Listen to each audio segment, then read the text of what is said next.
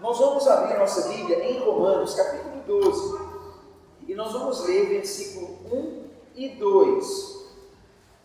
Romanos, capítulo 12, versículo 1 e 2.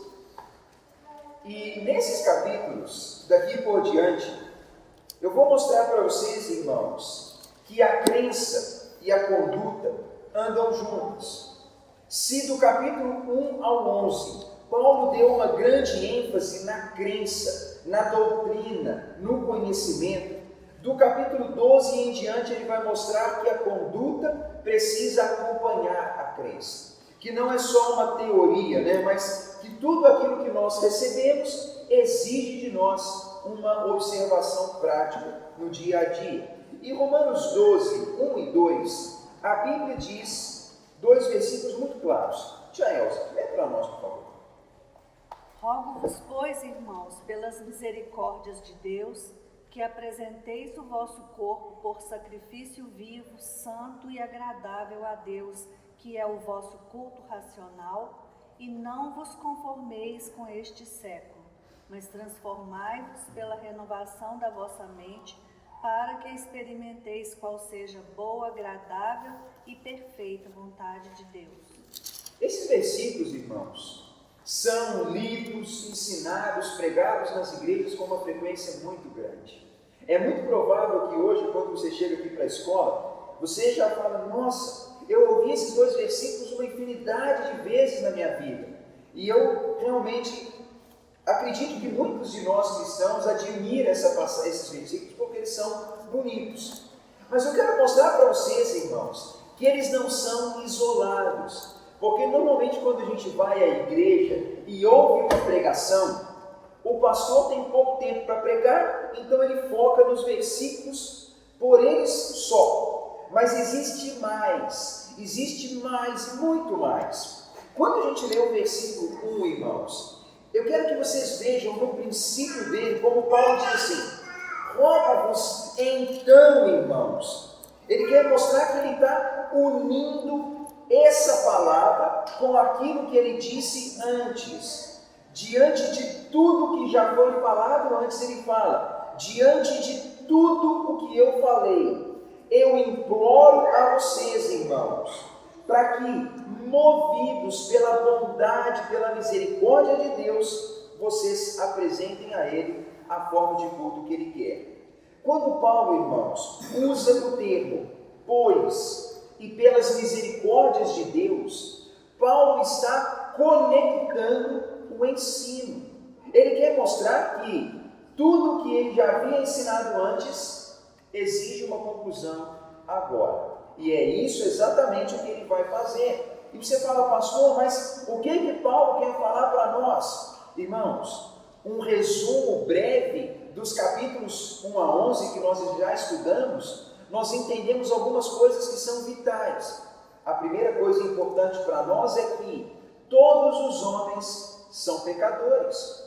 Paulo deu muita ênfase nisso. Todos os homens são pecadores por natureza. Herdamos o pecado. O pecado está sendo transmitido de geração em geração como uma doença hereditária. Isso é o pecado, irmãos. Ele é uma espécie de corrupção que parece acompanhar a nossa natureza genética. O pai transmite para o filho para o filho, e assim de geração em geração, o pecado está sendo transmitido às gerações a partir de Adão. E o problema do pecado, irmãos, é que o pecado, ele afasta o homem da presença gloriosa de Deus. Essa é uma segunda coisa importante. Todos os homens são pecadores e, como consequência do pecado, os homens estão afastados da presença gloriosa de Deus, porque Deus é santo. Esse é o primeiro ponto importante.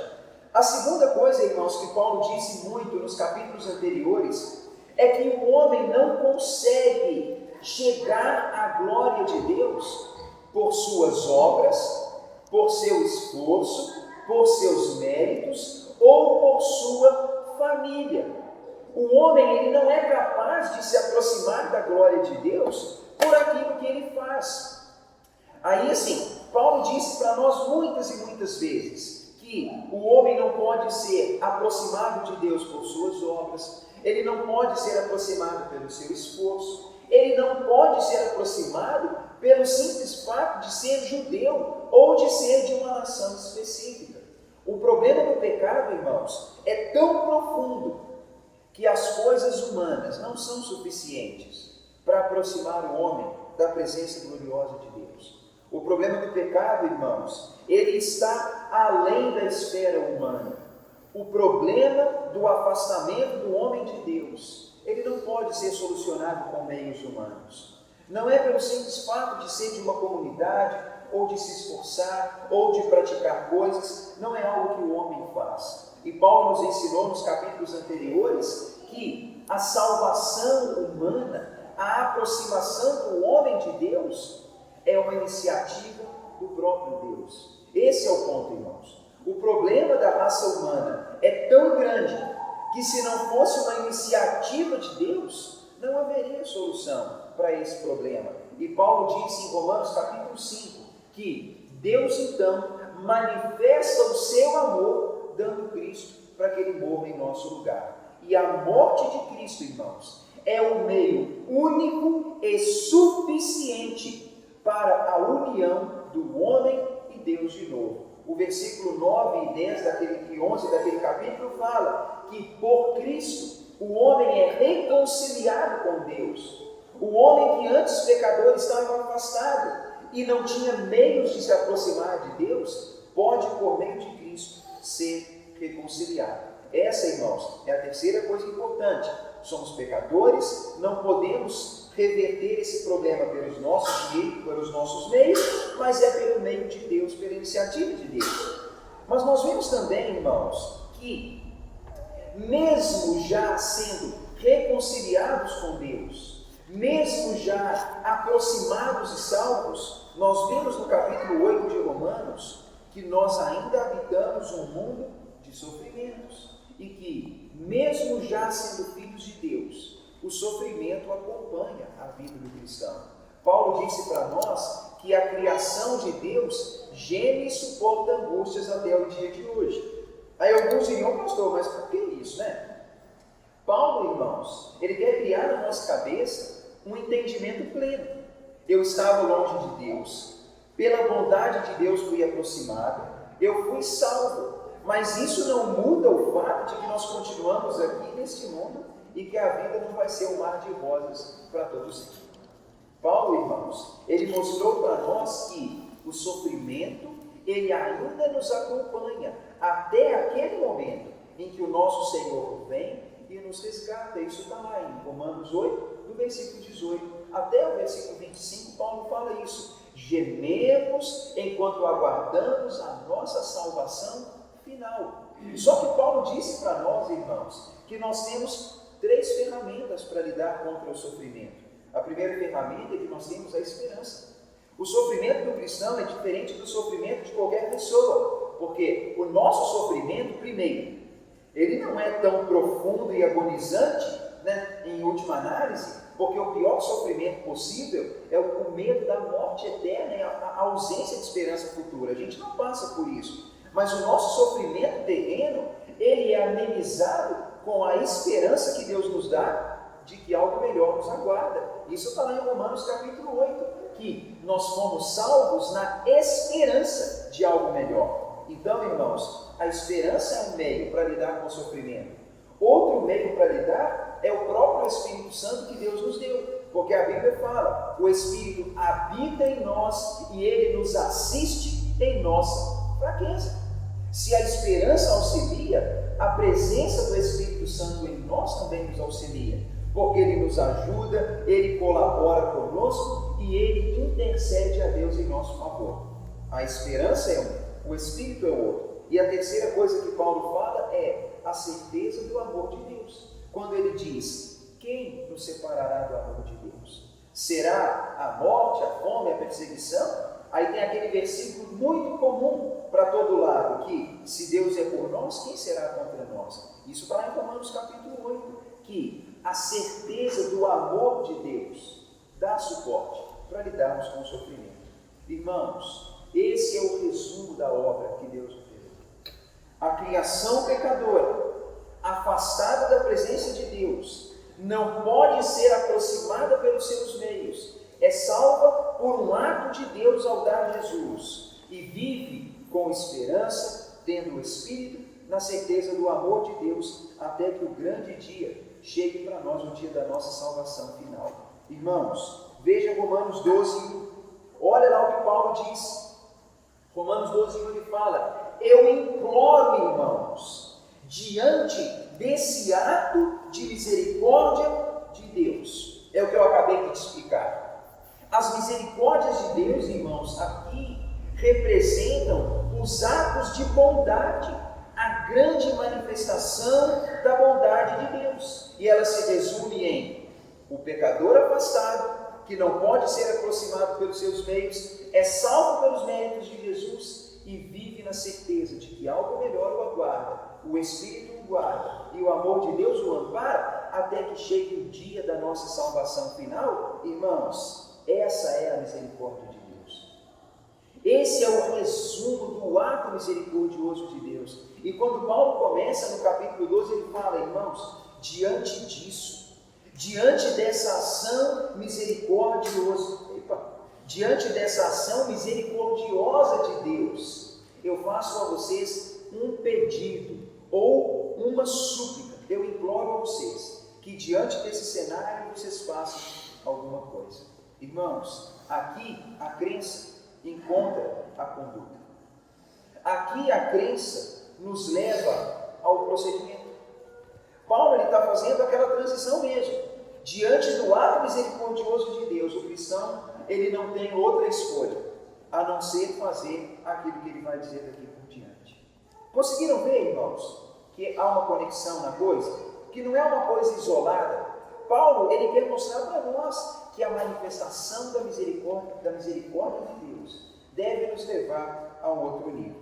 E aí a questão é: o que é então que Deus quer de nós? O versículo 1 fala, ele diz assim: imploro, irmãos, diante dessa obra misericordiosa de Deus, que vocês apresentem o vosso corpo a Ele, como um sacrifício vivo, santo e agradável a Deus. Este é o vosso culto racional. Irmãos, Paulo, ele, não sei, é por isso que a Bíblia é inspirada, não é ato humano, né? Porque esse cara consegue falar um negócio de um jeito assim, é poético isso aqui, né? É bonito. O homem é muito inteligente, porque a ideia que ele apresenta, irmãos, ela é muito profunda. Ele fala diante da obra misericordiosa de Deus. Você precisa dedicar a Ele o culto que Ele deseja. Essa é a ideia da passagem, irmãos. Diante de tudo que Deus fez pelo homem, ele precisa cultuá-lo do jeito que Deus quer. E aqui ele fala a palavra culto racional. A ideia de culto racional, irmãos, é o culto autêntico, o culto espiritual e autêntico e legítimo. E qual que é o culto autêntico e legítimo, irmãos? É ir à igreja? É o jejum? É a pregação da palavra? É a oração? É a oferta? É a evangelização? Qual é o culto que Deus quer, o culto autêntico? Paulo, irmãos, ele dá para nós um resumo breve, claro, de tudo isso. Ele fala: olha, o culto que Deus quer, a oferta que Deus quer, não é uma parte. Deus quer tudo. Ele quer o seu corpo, a sua vida, a sua existência. O ato misericordioso de Deus em salvar o homem deve nos levar a cultuá-lo com o culto que lhe agrada, que é o culto autêntico. E o culto autêntico, irmãos, é a oferta integral da nossa vida. Paulo está mostrando para nós, irmãos, que Deus ele não é cultuado com parcelas e pequenas coisas. Deus não é cultuado com pequenos atos semanais. Deus não é cultuado com exercícios espirituais só de oração, de meditação, de leitura bíblica. Isso é parte do culto. Mas o culto, irmãos, é a oferta de tudo. É a oferta de tudo. E é o que Paulo fala. Ele diz, então, irmãos, diante do que Deus fez, dê para Ele a sua vida. Dê para Ele tudo que você tem. Esse é o culto autêntico, o culto que agrada a Deus, o culto que Ele quer. Irmãos, é esse o apelo de Paulo. Dê para Deus tudo. Irmãos, eu aqui realmente vejo que a gente entra num aspecto importante da coisa. Porque, inevitavelmente, a religião, ela ensina para nós que a vida religiosa e a vida secular são diferentes. A gente ouve isso aí no mundo secular. Aí, o que o mundo secular fala, a gente dá a mínima. Porque quem não tem a mente de Cristo, o que fala não importa, né, irmãos? Mas isso é o que me mata, porque acontece no meio da igreja. Existe hoje uma separação muito perigosa de religião e vida secular.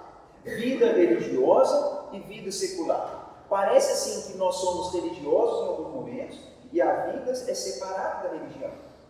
Isso acontece muito. Existe a roupa da igreja, a roupa da vida. O palavreado da igreja, o palavreado do dia a dia. O pensamento da igreja, o pensamento do dia a dia. E parece que é um negócio separado. Não tem como.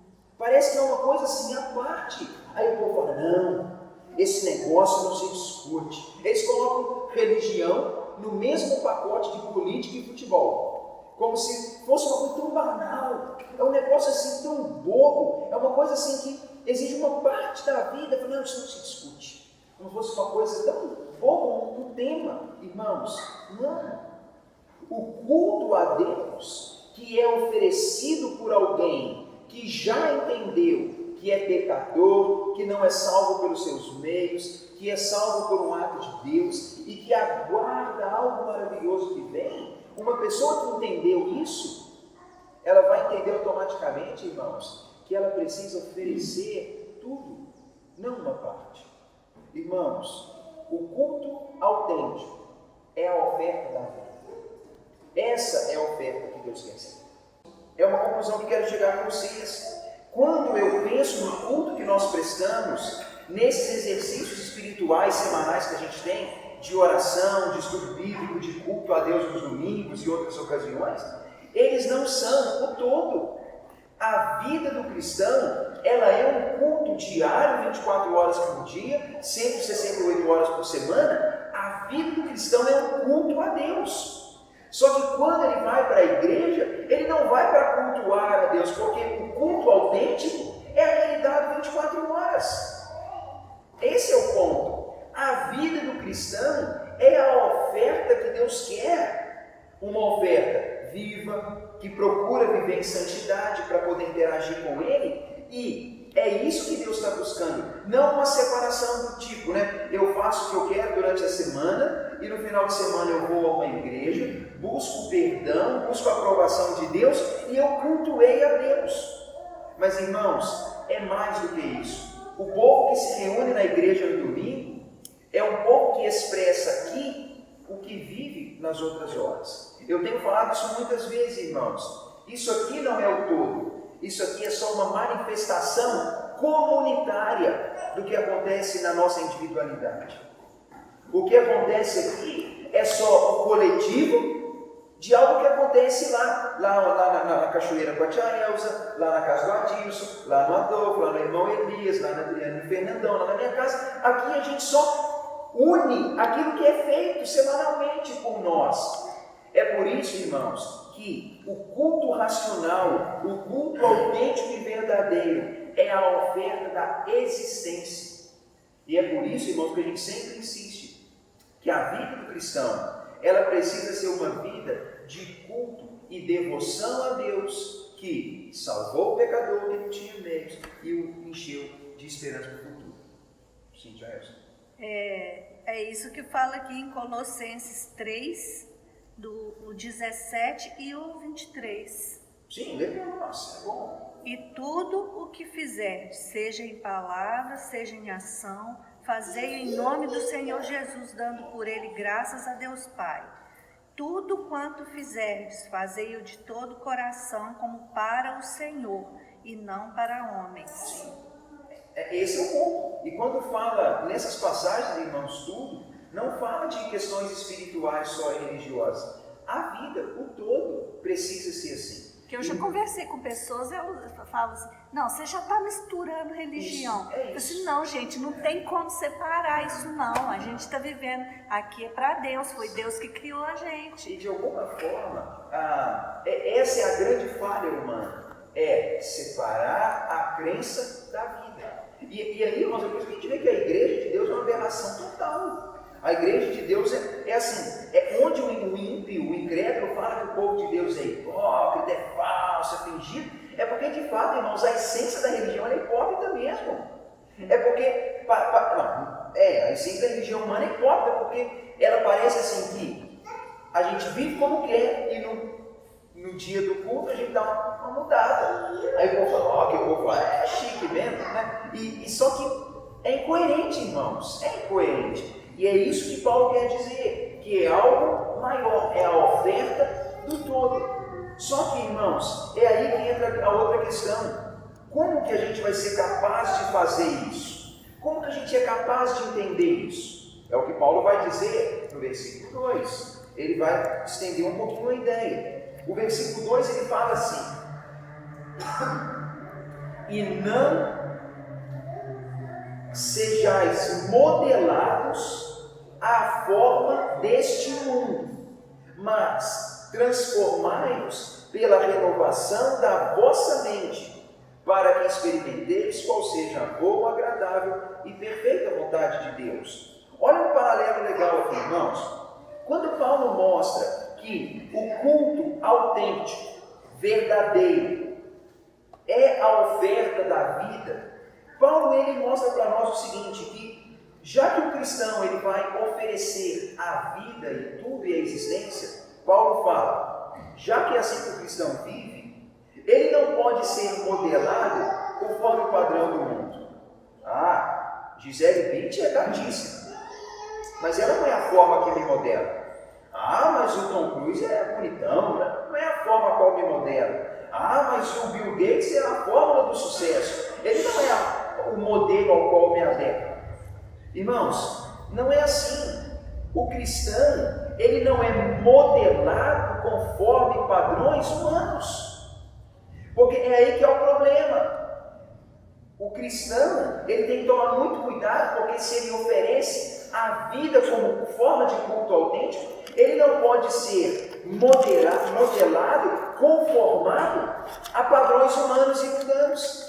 Aí é o que Paulo fala, cristãos, não se tornem conformes os padrões do mundo. Mas ele fala, sejam transformados, não no corpo, mas seja transformado na mente. Irmãos, é aqui um paralelo importante, onde nós precisamos entender que o homem não precisa, em primeira análise, se preocupar com as formas humanas, porque ele precisa passar por um processo que acontece na mente. Meus irmãos, tudo precisa começar na mente. Tudo começa na mente. Essa palavra mente, irmãos, usada aqui, ela é diferente de coração, de outras palavras. Ela diz para nós sobre o centro de controle, o centro das decisões, o lugar das escolhas. O homem ele precisa passar por um processo de transformação que começa na mente. É na mente onde tudo começa. E sabe de uma coisa, irmãos? Se o homem não tiver a mente mudada, ele não vai ser capaz de oferecer o culto autêntico que Deus espera que é a vida. É aí que está o problema, irmãos. Onde eu volto naquilo que falei antes. A separação do religioso do comum é um problema. Ou a outra falha da igreja, a transformação estética. Vivia assim, bem esquisito. Aí foi para a igreja. Aí agora usa terno, usa gravata, usa saia. Usa a linguagem dos crentes. Que os crentes têm uma linguagem própria, né? O crente fala tudo igual. Aí ele tem aquele ritual, ele pega aquela Bíblia, que a Bibliona, grande, larga, que a Bíblia é pequena, não, um pouco ungida, irmão, tem que ser a Bíblia grande, aquele passoco, né? Aí vai, é o aparato estético mesmo, né, irmãos? Aí assim, já virou modinha, né, Tiago? Virou modinha. Isso, aí assim, aí você olha para ele e fala, é crente, tudo bem, irmãos, a aparência é boa. Mas às vezes a mente não foi renovada. Não foi. E é aí o problema, irmãos. Por quê? Se não mudar a mente, não adianta mudar a aparência. Isso aí, irmãos, em todos os segmentos da vida. Bota lá a lataria maravilhosa no carro, pintura, roda de liga leve, então, não sei o que, blá blá blá, e o motor é uma porcaria. O carro não vale nada. O homem, irmãos, é assim. Se o centro de comando não é bom, a lataria também não vale nada. Ela não é a parte mais importante. E esse é outro aspecto da coisa, que Paulo vai dizer, irmãos, se vocês vão oferecer a vida, precisa começar da mente. Mas precisa começar pela renovação da mente. Esse, irmãos, é um aspecto legal. E vou te mostrar por que é legal. Segura aí e vai para Romanos 1. Romanos 1. Vamos só fazer uma conexão aqui. Nós temos que evitar, né? O pessoal fala, também tudo que parece é. Então, É isso. Aquela aparência que você mostra por aí, por dentro não tem nada, né? E, Adolfo, isso é típico. É típico, porque é a velha ideia, né? Vende-se a imagem, porque hoje, vamos ser sinceros, irmãos, hoje já mudou. Mas alguns anos atrás, alguém falar que era cristão, que era crente, era um sinal assim, de pessoa honesta, trabalhadora. Às vezes, no passado, o cara ia concorrer lá a um emprego e falava, não, eu sou cristão, evangélico e tal. O pessoal falava, opa, eu prefiro isso. Falava assim, eu quero crente, o católico não, né? Era bom, né? Falava, e hoje? Fala que é crente, você não pode nem falar que é crente. Né, irmãos? Falar que é crente, acabou, o cara nem perde o emprego na hora. Duro, irmãos. Irmãos, Romanos 1. Nós estudamos essa passagem. O capítulo 1 ele mostra as consequências do afastamento do homem de Deus. A Bíblia diz, irmãos, para nós nessa passagem, que os homens estão sofrendo, humanamente falando, as consequências do afastamento de Deus. Leia comigo o versículo 24. Leia o 24 que vocês vão ver. Diz assim no 24. Bem, por isso, irmãos, quando fala por isso, está falando da rejeição de Deus, tá? Vou então ler diferente. E por rejeitarem a Deus, o próprio Deus entregou os homens à imundícia pelas concupiscências do seu próprio coração para viverem em desonra dos próprios corpos.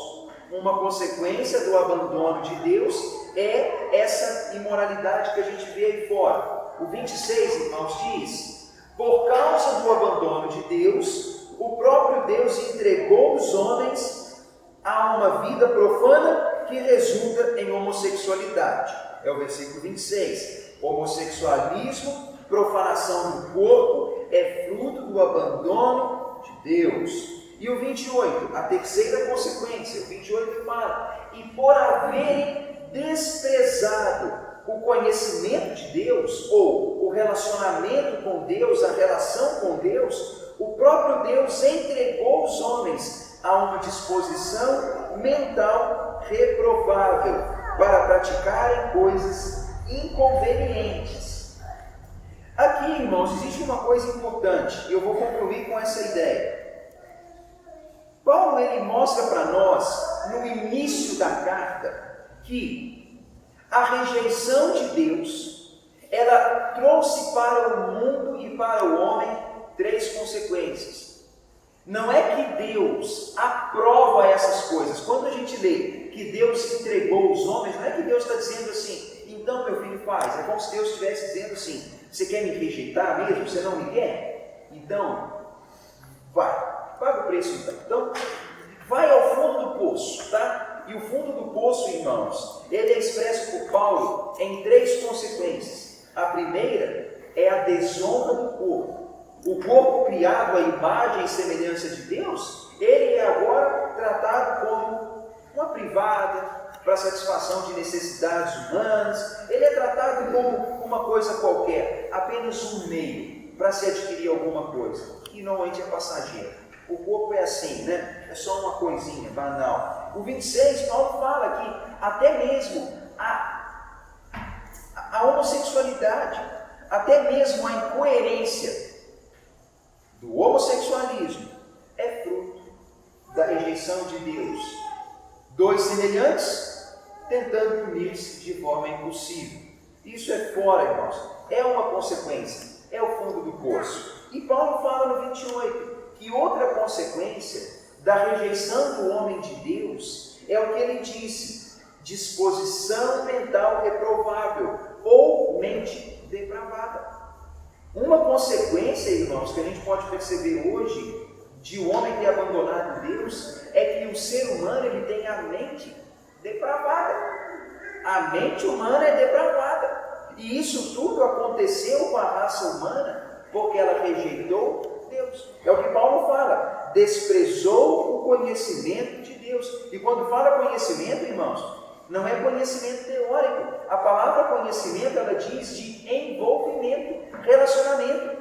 É como se Paulo estivesse dizendo assim: e porque os homens não querem um relacionamento com Deus, eles agora têm a mente depravada. E Paulo explica como a mente do homem é depravada. Veja lá, irmãos, o 28.